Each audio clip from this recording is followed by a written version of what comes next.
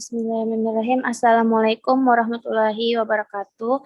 Pada kesempatan kali ini, kami akan memaparkan materi tentang pasar saham dan obligasi dunia. Sebelum ke materinya, saya akan memperkenalkan nama anggota terlebih dahulu. Yang pertama ada Sonia Kurnia, stambuk C301-18216, dan Indi Aprianti, C301-18229. Untuk mempersingkat waktu, langsung saja ke materi yang pertama. Pengertian saham dan obligasi dunia. Pasar saham merupakan sarana pendanaan bagi perusahaan maupun institusi lain, misalnya pemerintah, dan sebagai sarana bagi kegiatan berinvestasi. Dengan demikian, ia memfasilitasi berbagai sarana dan prasarana kegiatan jual beli dan kegiatan terkait lainnya.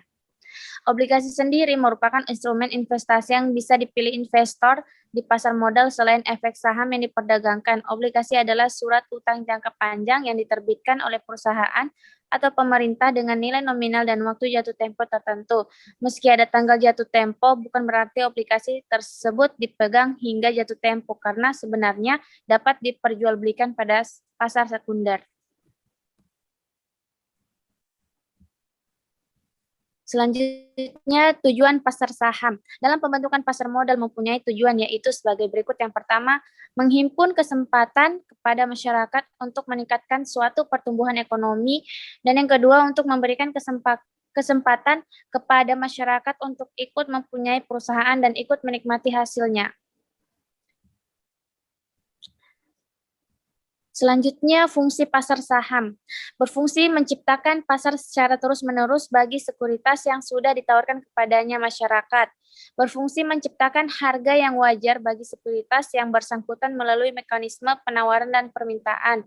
Berfungsi membantu dalam pembelanjaan dunia usaha dan berfungsi sebagai sumber dana jangka panjang. Berfungsi sebagai alat untuk melakukan investasi, berfungsi sebagai sarana dalam menciptakan tenaga kerja karena bisa mendorong dan berkembangnya industri pada penciptaan lapangan kerja baru.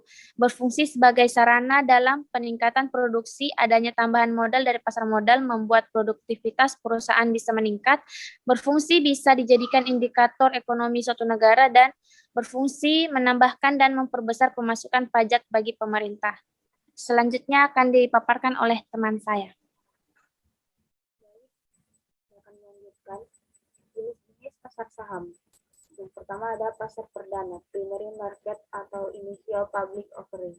Pasar perdana yaitu salah satu jenis pasar modal, tempat melakukan penawaran oleh sindikasi penjamin, emisi, dan agen penjualan kepada para investor publik. Yang kedua ada pasar sekunder, secondary market. Pasar sekunder yaitu tempat efek-efek yang sudah dicatatkan di bursa efek diperjualbelikan. Pasar sekunder memberikan sebuah kesempatan kepada para investor untuk membeli atau menjual efek-efek yang tercatat di bursa. Sesudah terlaksana penawaran perdana. Di pasar ini, efek-efek diperdagangkan dari satu investor ke investor lainnya.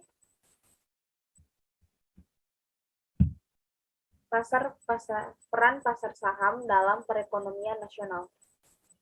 Satu, berperan sebagai intermediasi atau lembaga perantara keuangan selain bank. Kedua, memungkinkan para pemodal berpartisipasi pada kegiatan bisnis yang menguntungkan investasi.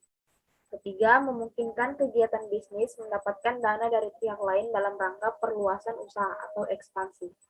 Keempat, memungkinkan kegiatan bisnis untuk memisahkan operasi bisnis dan ekonomi dari kegiatan keuangan. Kelima, memungkinkan para pemegang surat berharga memperoleh likuiditas dengan menjual surat berharga yang dimiliki kepada pihak lain. Manfaat pasar saham. Bagi emiten, pasar saham memiliki beberapa manfaat, antara lain, jumlah dana yang dapat dihimpun berjumlah besar. Dana tersebut dapat diterima sekaligus pada saat pasar perdana selesai. Yang ketiga, tidak ada konvenan sehingga manajemen dapat lebih bebas dalam pengelolaan dana atau perusahaan. Kemudian, solvabilitas perusahaan tinggi sehingga memperbaiki citra perusahaan. Dan yang terakhir, ketergantungan emiten terhadap bank menjadi lebih kecil. Sekian pemaparan materi dari kami. Kami ucapkan terima kasih.